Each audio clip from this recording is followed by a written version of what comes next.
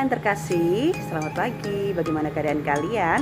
Tetap di rumah saja, jaga kesehatan dan jangan lupa berdoa. Hari ini bersama dengan Bu Hana kembali ya, pelajaran mulak agama Kristen. Tapi sebelumnya kita berdoa terlebih dahulu ya. Tutup mata, lipat tangannya. Di dalam nama Tuhan Yesus berkati kami, sebentar kami akan belajar, pimpin pelajaran kami dari awal sampai akhir. Terima kasih Tuhan, jadikan kami anak yang taat dengar-dengaran dan kami boleh memuliakan nama Tuhan. Dalam nama Yesus, haleluya. Amin. Ya anak-anak yang terkasih, kita ada dalam materi yang baru dan KD kita tetap di KD 3.1 menggambarkan kehadiran Allah dalam berbagai peristiwa. Materinya Tuhan hadir secara khusus. Apa? Tuhan hadir secara khusus. Lalu, apa maksudnya hadir secara khusus? Tuhan hadir secara khusus artinya Tuhan ada pada waktu, perhatikan baik-baik.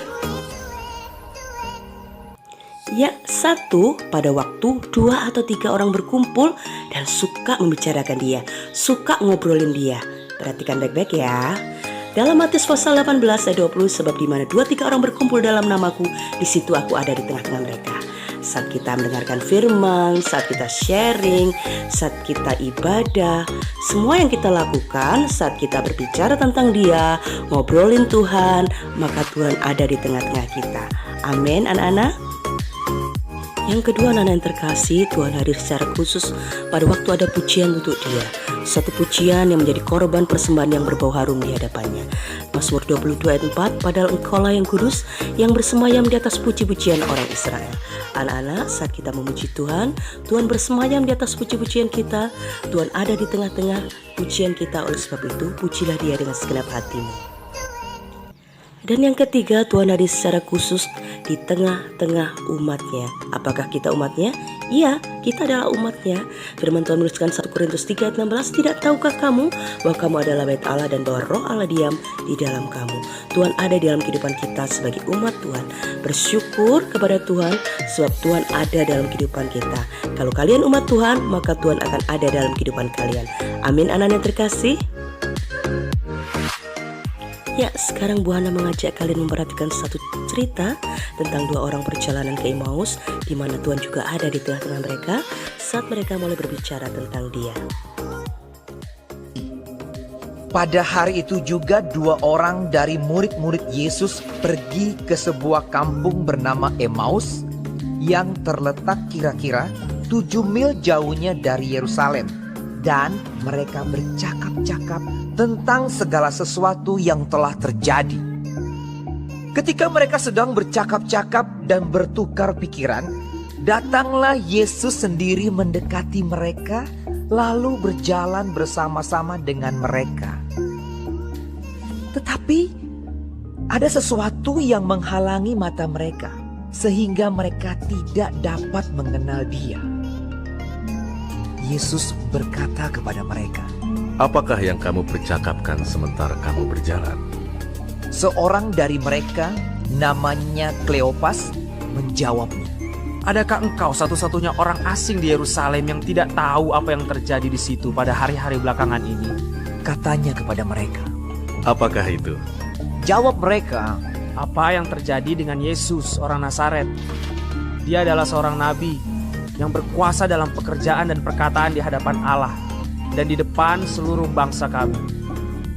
Tetapi imam-imam kepala dan pemimpin-pemimpin kami telah menyerahkan dia untuk dihukum mati, dan mereka telah menyalibkannya. Padahal kami dahulu mengharapkan bahwa dialah yang datang untuk membebaskan bangsa Israel. Tetapi sementara itu telah lewat 3 hari sejak semuanya itu terjadi. Tetapi beberapa perempuan dari kalangan kami telah mengejutkan kami. Pagi-pagi buta mereka telah pergi ke kubur dan tidak menemukan mayatnya. Lalu mereka datang dengan berita bahwa telah kelihatan kepada mereka malaikat-malaikat yang mengatakan bahwa ia hidup. Dan beberapa teman kami telah pergi ke kubur itu dan mendapati bahwa memang benar yang dikatakan perempuan-perempuan itu. Tetapi dia tidak mereka lihat.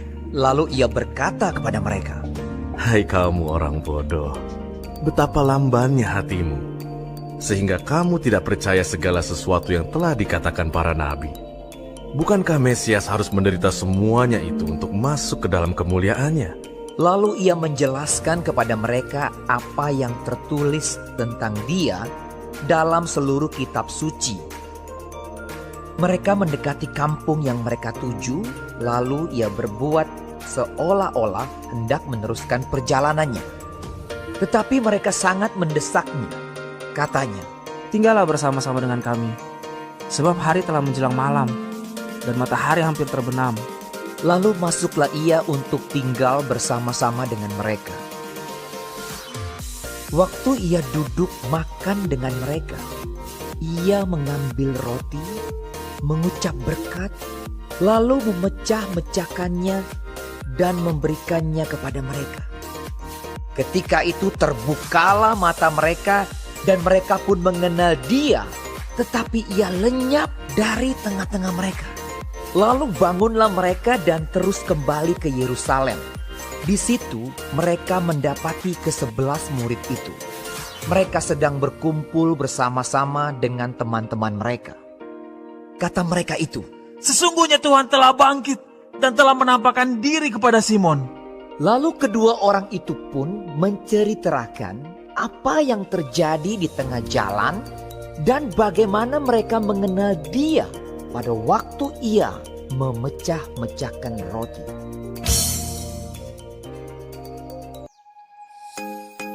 Ya anak-anak terkasih, kalian sudah menyaksikan kisah tentang dua orang menuju ke Emmaus.